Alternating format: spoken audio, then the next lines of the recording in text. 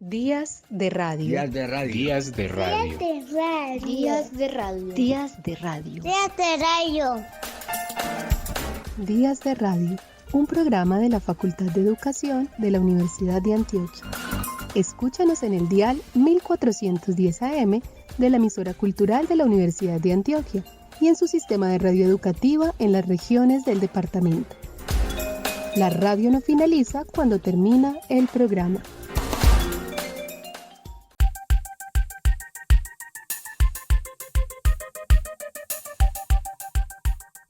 César Monterroso, en el artículo de Utopías y Distopías en nuestra época, un ensayo algo filosófico, indica que la modernidad es un fenómeno tan vasto que debe entenderse como un conjunto de posibilidades y realidades coexistentes o un conjunto de modernidades gestadas desde el siglo XVI.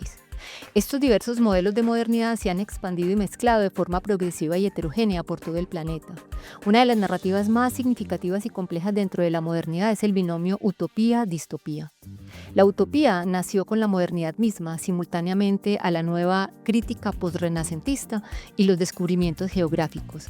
Floreció, se desarrolló y conceptualmente murió en el siglo XX. Sin embargo, sus consecuencias persisten. La distopía representa la metamorfosis de esta herencia. Hoy se manifiesta como una sensación generalizada de frustración y desencanto, que a menudo se disfraza de pragmatismo y cinismo y que define nuestra época. Este programa de Días de Radio está dedicado a la distopía, a eso que parece cercano y real, que se encarna en acciones, gestos, proyectos, leyes y acuerdos, y no solo en personajes o tramas literarias. Empezamos con una nota del canal Sé Curioso, en el que nos presentan un recorrido histórico por la utopía y su paso a la distopía.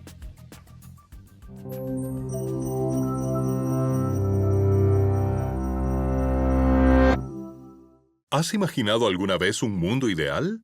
¿Uno sin guerra, pobreza o delitos? Si es así, no eres el único. Platón imaginó una república iluminada, gobernada por reyes filósofos. Muchas religiones prometieron felicidad en la vida futura, y a lo largo de la historia varios grupos han tratado de construir el paraíso terrenal. El libro de Tomás Moro, Utopía, de 1516, dio nombre a este concepto, que en griego significa ningún lugar. Aunque el nombre sugiere la imposibilidad, con el progreso moderno se despertó la esperanza de que estos sueños finalmente se hagan realidad. Pero en cambio, se convirtieron repetidamente en pesadillas bélicas, en hambre y opresión. Y como los artistas empezaron a cuestionar el pensamiento utópico, nació el género de la distopía, el lugar no bueno. Jonathan Swift escribió una de las primeras obras distópicas, Los viajes de Gulliver. En su viaje, Gulliver encuentra sociedades ficticias. Algunas parecen impresionantes, pero resultan ser muy imperfectas. En la isla voladora Laputa, científicos y trabajadores sociales trazan esquemas extravagantes e inútiles mientras que descuidan las necesidades reales de la gente de la Tierra. Y los Huwinan, que viven en perfecta armonía lógica, no toleran las imperfecciones de los seres humanos reales. Con su novela, Swift sentó las bases de la distopía al imaginar un mundo donde ciertas tendencias en la sociedad contemporánea se llevan demasiado lejos y exponen así sus carencias. Y esto quedó demostrado durante los siglos siguientes. La tecnología que prometía liberar a los trabajadores acabó por marginalizarlos y esclavizarlos en fábricas, mientras que los magnates se volvieron más ricos que los reyes. Muchos ya cuestionaban el efecto de tales condiciones a finales del siglo XIX. La máquina del tiempo de H.G. Wells imaginó la clase alta y la trabajadora evolucionando como especies separadas, y el talón de hierro de Jack London retrató a una oligarquía tiránica que gobierna sobre las masas empobrecidas. El siglo XX trajo cambios emocionantes y aterradores. Los avances médicos posibilitaron trascender los límites biológicos y los medios permitieron la comunicación instantánea entre los líderes y el público. En un mundo feliz de Aldous Huxley, los ciudadanos están genéticamente modificados y condicionados para cumplir sus funciones sociales. Mientras que la propaganda y las drogas mantienen a la sociedad feliz, algún elemento humano crucial se pierde. Pero las distopías más famosas no eran en absoluto imaginarias. Mientras Europa estaba en guerra, nuevos movimientos políticos llegaban al poder. Algunos prometían borrar las diferencias sociales y otros trataban de reunir a la gente alrededor de un legado mítico. Los resultados fueron distopias del mundo real donde la vida ocurría bajo la atenta vigilancia estatal y a cualquiera que no perteneciera le esperaba una despiadada muerte. Muchos escritores de la época fueron testigos de estos horrores y los vivieron. En su novela Nosotros, el escritor soviético Yevgeny Zamyatin describió un futuro donde el libre albedrío y la individualidad eran erradicados. Prohibido en la ex Unión Soviética, el libro inspiró a autores como George Orwell, que lucharon contra el fascismo y el comunismo. Rebelión en la Granja se burlaba abiertamente del régimen soviético, mientras que su clásico 1984 fue una crítica más amplia del totalitarismo, los medios de comunicación y el lenguaje. Y en No puede suceder aquí, Sinclair Lewis previó cómo la democracia dio lugar al fascismo. Luego de la Segunda Guerra Mundial, los escritores se preguntaban qué significaban para el futuro de la humanidad las nuevas tecnologías como la energía atómica, la inteligencia artificial y los viajes espaciales. Contraria a la creencia popular en un progreso brillante, la ficción científica distópica se expandió a las películas, los cómics y los juegos. Así, los robots se volvieron contra sus creadores mientras que la televisión difundió películas fatalistas. Los obreros trabajaban en colonias espaciales dejando atrás una tierra con recursos agotados y ciudades superpobladas, plagadas de delitos. Pero la política nunca estaba lejos. Doctor Insólito y Los Vigilantes narran la amenaza de una guerra nuclear, mientras que V de Venganza y El cuento de la criada, lo fácil que desaparecerían nuestros derechos en una crisis. La ficción distópica de hoy continúa reflejando la preocupación por la desigualdad, el cambio climático, el poder del gobierno y las epidemias.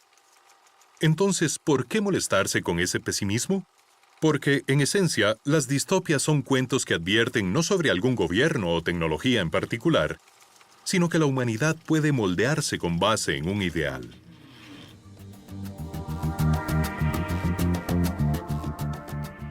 Emilio Boyer, en el artículo Una mirada hacia el futuro, utopías y distopías de Centroamérica, hace un análisis de 3 novelas para hablar del género de la ciencia ficción en América Central. Estas obras se caracterizan por la exposición de una modernidad tecnológica llevada al extremo. Se trata de Huaslala, Memoria del futuro de la nicaragüense Yoconda Belli, Cantos de las guerras preventivas del costarricense Fernando Contreras Castro y Tikal Futura, Memorias para un futuro incierto del guatemalteco Franz Galick. Las 3 novelas forman parte del subgénero distópico que nos zambulle en un mundo futurista para proponer una visión altamente pesimista de la sociedad que se puede desarrollar conforme irá avanzando el progreso tecnológico. A continuación, algunos elementos de este análisis en la voz de Gloria María Naranjo.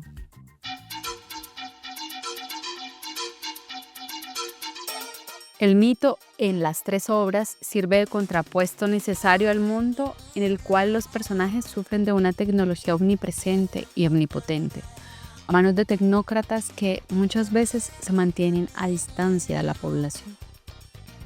Por ejemplo, en Huaslala de Yoconda Belli, esa modernidad invasiva representada por la basura que llega por barcos a las ciudades Cineria viene de afuera, de lejos, de un lugar poco más definido que el primer mundo, y del cual los personajes y los lectores tienen una representación solamente a través de los personajes de Rafael o Morris que llegan a Fagua. En esta obra, la modernidad viciada se expresa mediante el flujo de basura que viene de afuera a contaminar el país. Por medio de este tema narrativo, la autora condena a la vez el comportamiento del primer mundo hacia el medio ambiente de la región y su modo de vivir consumista. Además del comercio de basura, el personaje de Maclovio pone en evidencia otro lado de la presencia extranjera en Fagua. Se empeña en introducir armas en el país a cambio de la libertad de cultivar y exportar la filina, una droga híbrida de marihuana y cocaína. Los que lo ayudan en este comercio son los Espada, 2 hermanos que aterrorizan al país mediante el conflicto perpetuo y relaciones de influencia. Huaslala representa una utopía ante todo política, un lugar escondido en la selva en el cual unos poetas decidieron crear un gobierno altamente democrático, destinado a extenderse luego a todo el país. A medida que Melisandra se interna al país en su viaje por el río, se da cuenta de lo que significa Huaslala para la población y que ante todo tiene un poder de evocación. En efecto, le encargan a Melisandra regresar de Guaslala con el secreto del gobierno creado que permitiría acabar con la larga historia de violencia y conflictos que conoce Fagua. Este era el primer objetivo de la creación de la utopía. En la obra de Contreras, Cantos de las Guerras Preventivas, los que mandan a hacer la guerra preventiva, la guerra dicha de bajo impacto que lo destruye todo a medias para evitar una eventual insurrección, no tienen nombre propio, son los representantes de la mega empresa planetaria. Se les hace referencia en la obra con una tercera persona del plural. La población es víctima de la decisión tomada por la mega empresa planetaria de llevar una guerra preventiva, que significa destruir y bombardearlo todo a medias para forzar a la población a trabajar en las minas y evitar toda insurrección. En este mundo regido por la obsesión de su propia supervivencia, aparece de repente un movimiento de población hacia la intemperie. Un antiquísimo complejo prehispánico, presumiblemente maya, en el cual se fue a refugiar Dios, malherido y moribundo, después de haber sido alcanzado por un misil. Esas personas, llamadas disidentes por el consejo de la mega empresa planetaria, huyen de las minas y maquilas donde el trabajo les somete, de las ciudades medio destruidas para construir una sociedad diferente, subversiva, donde se ponen al servicio de Dios moribundo para aliviarle la agonía. Aquí también las características de este sistema son claramente utópicos. Se lleva a cabo un regreso a la agricultura en medio de la selva, al sistema de trueque, a la convivencia pacífica y el sincretismo entre las diferentes culturas de los negros de las zonas caribeñas, los indios nahuas, los mayas y los chinos panameños. Poco a poco desentierran los complejos de la antigua ciudad de La Maya, desentierran el observatorio porque es bonito y los canales para mejorar la agricultura. La selva, símbolo de un pasado remoto, vuelve a tomar vida. El carácter utópico de esta nueva sociedad crea un movimiento de población desde las ciudades. Los trabajadores organizan un peregrinaje frecuente hacia la zona de intemperie, tanto que consiguen hacer evolucionar las leyes laborales. En Tikal, Futura de Franz Galisch, Mr. Klimowicz, renombrado como Mr. Clitory Whiskey por su amor por el sexo y el alcohol, y el apocalíptico son las caras del poder hegemónico. Pero la separación entre ciudad de arriba, monstruo industrializado, y ciudad de abajo, donde viven los denominados descartables, ilustra bien esa hegemonía de la técnica que viene desde arriba, desde fuera, a aplastar a las otras formas de vida. En esta obra, Franz Galisch recupera la estructura del Popol Vuh y más particularmente la estratificación del mundo entre cielo, tierra y Xibalbá para reelaborarla. Desde el principio de la novela el texto nos dice: en Ciudad de Xibalbá, como también se conoce a Ciudad de Abajo, la vida es un infierno. El lector cree entonces volver a encontrar un mundo en que lo que está más abajo es lo más oscuro, más cerca del infierno. Soledad Acosta de Samper es reconocida como la primera mujer que se atrevió a narrar ficción en Colombia. Dice Albio Martínez Simanca en Revista de la LEP. En 1872, Soledad Acosta de Samper publicó su cuento titulado Una pesadilla, en el que expuso de manera visionaria el rumbo que tomaría las creencias de los habitantes de Bogotá, con 128 años de anticipación, es decir, hacia el año 2000. Este relato muestra una sociedad en el marco del progreso, con elementos tecnológicos, pero ideológicamente, desde el punto de vista de la religión católica, es un punto de retroceso. Lo que la narradora expuso en su cuento muestra una Bogotá en donde los usos y costumbres de las personas han cambiado de manera radical, encaminándose hacia otras falacias. Escuchemos un fragmento de este cuento en la voz de Juliette Taborda. Pasarán los años y llegará otra época, otros usos, otras costumbres, nuevos vicios, distintas virtudes. Las futuras generaciones tendrán que sufrir mucho y también expiar mucho. Esto pensaba yo en días pasados después de oír discutir con calor ciertas opiniones de los nuevos filósofos, y con este pensamiento me entregué al sueño.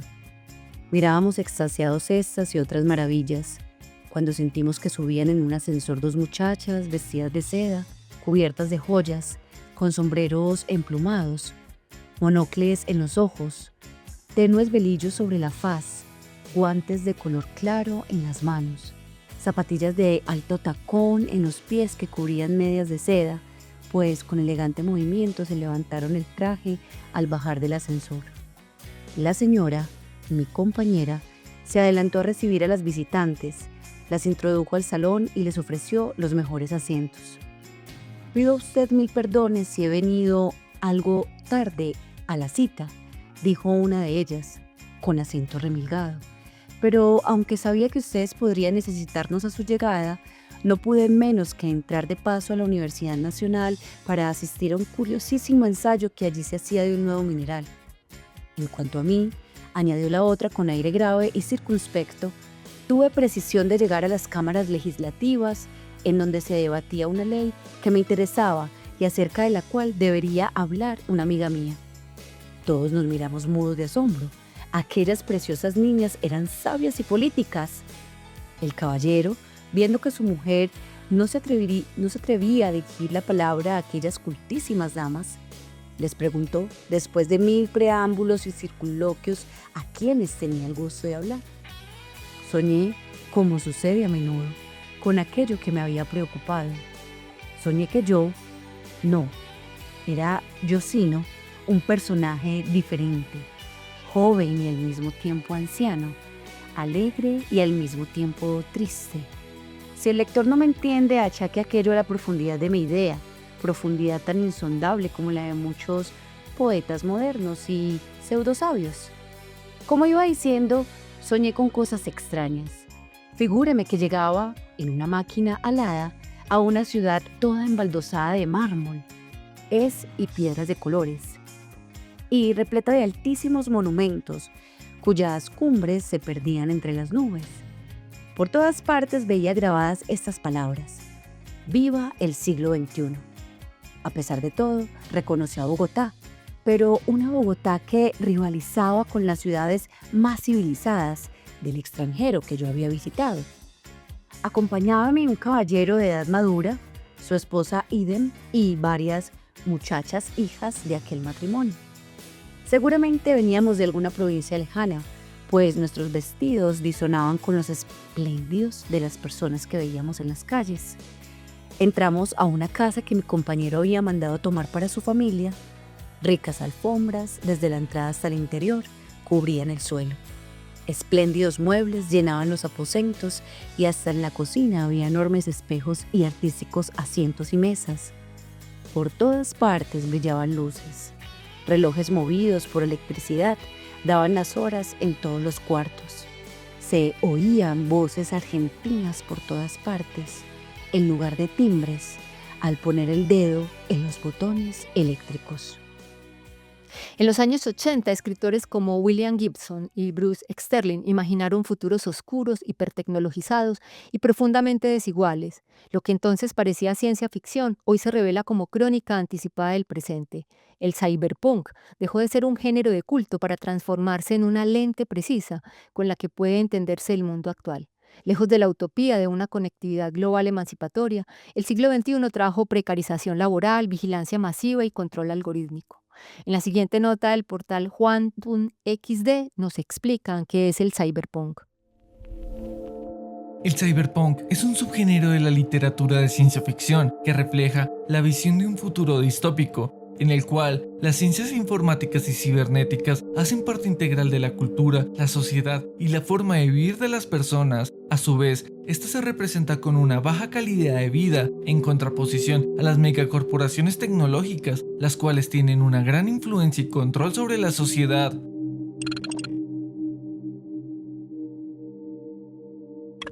En el cyberpunk, el argumento suele estar centrado en los conflictos entre policías, hackers, inteligencias artificiales y megacorporaciones. Por otro lado, tienden a emplear elementos de novela policíaca y de cine negro para describir el lado clandestino de las sociedades dominadas por la tecnología y su visión de un futuro imperfecto.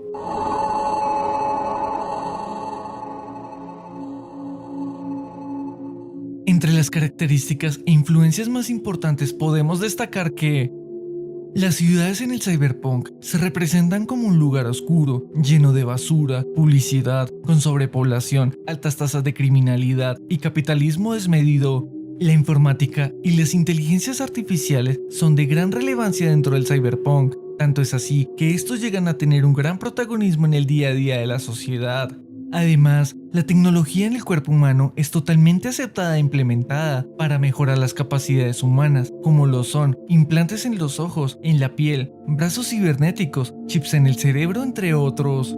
Y ya para terminar, el mundo decadente del cyberpunk nos muestra una visión de cómo la tecnología puede destruir la cultura y la sociedad, aunque también nos muestra una sociedad rebelde que por medio de la misma tecnología busca una revolución para crear un mejor mundo.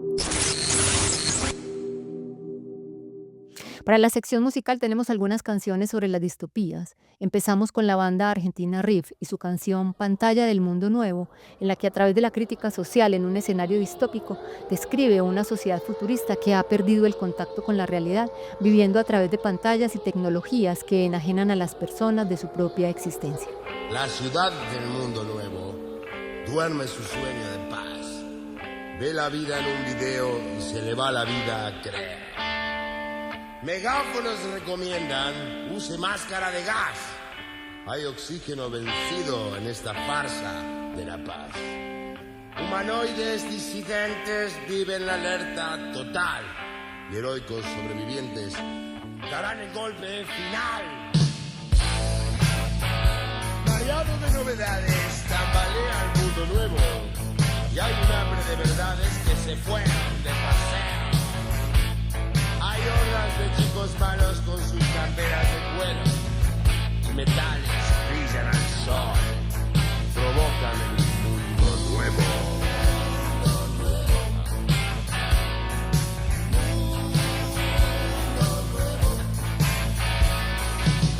La pantalla me lo cuenta con mi desayuno y es probable que no quede ninguna.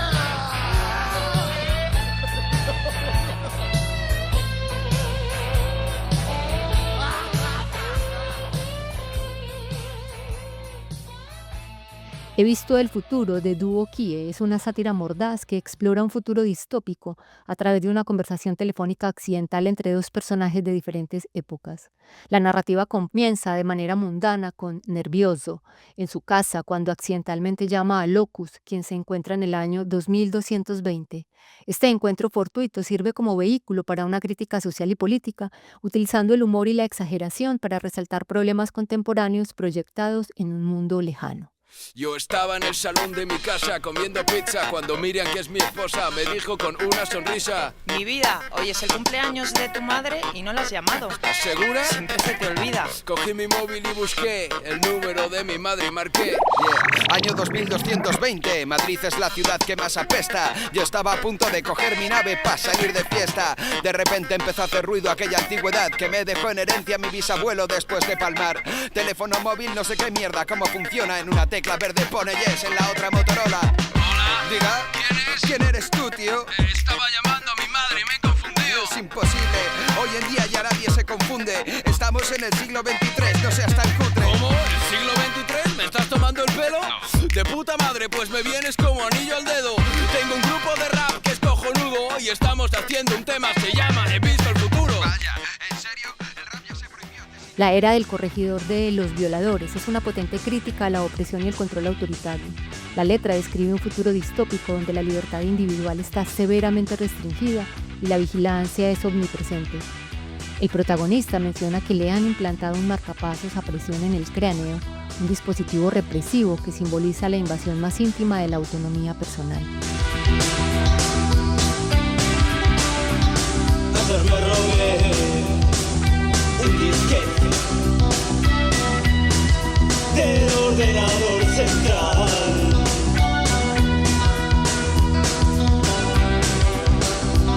Uno que hablaba de mí y cómo yo me porto mal. Pero tan hábil no fui, sí, porque me atraparon igual. La banda uruguaya La Vela Puerca nos presenta en Insensible una visión distópica del mundo donde la humanidad ha perdido su sensibilidad y conexión con la naturaleza y los sentimientos genuinos. La letra describe un paisaje desolador que solo los insensibles pueden crear: nubes de acero, árboles de metal, pájaros sin alas y lobos sin colmillos. Yo vi al mundo yéndose al infierno, y al infierno enjaulado entre montañas de rencor, de donde bajan ríos de avaricia y ambición. Y también amé paisajes que solo mentes insensibles pueden hacer realidad, con nubes de acero y árboles de metal, pájaros sin alas, lobos sin colmillos, flores sin raíz y estrellas sin brillo, donde el sabor ya no sabe y el saber es sufrimiento, donde si te digo te miento y lo banal es intelecto. Vi que me observaban entre ceros y unos, quise ver colores pero no vi ninguno, quise respirar entre una tos feroz, me pareció gritar pero no tenía mi voz, me puse a llorar y de mis ojos nada, vi sus plantaciones y de semillas granadas, vi cómo escuchaban con sangre en los oídos, quise recordar y recordé olvidos, la cima llegaba a lo más profundo de mis dolores, y fue ahí donde encontré amor.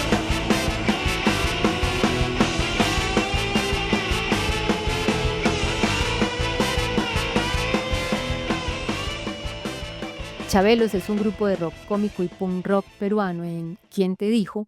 Presenta una crítica mordaz sobre el mundo contemporáneo y las predicciones distópicas que se han materializado. El comercio, la vida, la muerte y el amor son temas que se abordan aquí. El imperio ha sido reemplazado por una globalización que oprime y explota, la desvalorización de la vida humana reducida a números y códigos genéticos y la convivencia con clones, lo que sugiere una pérdida de individualidad y humanidad. ¿Quién te dijo que el futuro no lo podrías creer? Que la guerra y la tortura las verías en TV. ¿Quién sabía que las torres volarían entre sí? Que el petróleo valdría más que el pueblo iraquí. ¿Quién te dijo que la bomba no sería destrucción? Que los químicos serían nuestra exterminación.